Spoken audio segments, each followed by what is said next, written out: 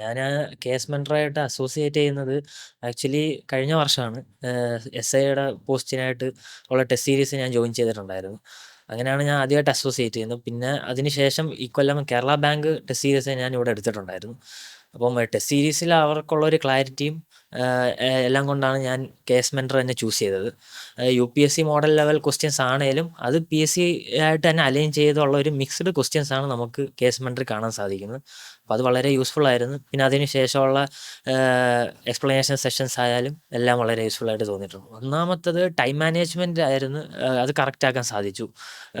അത് test series വഴിയാണ് correct ആക്കാൻ പറ്റിയത്. പിന്നെ നമുക്ക് ആ ഒരു ക്വസ്റ്റ്യൻ ലെവൽ പാറ്റേൺ എല്ലാം സെയിം ആയതുകൊണ്ട് തന്നെ അത് വളരെ യൂസ്ഫുൾ ആയിരുന്നു എക്സാം ഹാളിലും. സന്തോഷമുണ്ട് ഒന്നാമത്തെ കാര്യം കേസ് മെൻറ്ററിൻ്റെ ഭാഗമാകാൻ സാധിച്ചതിൽ.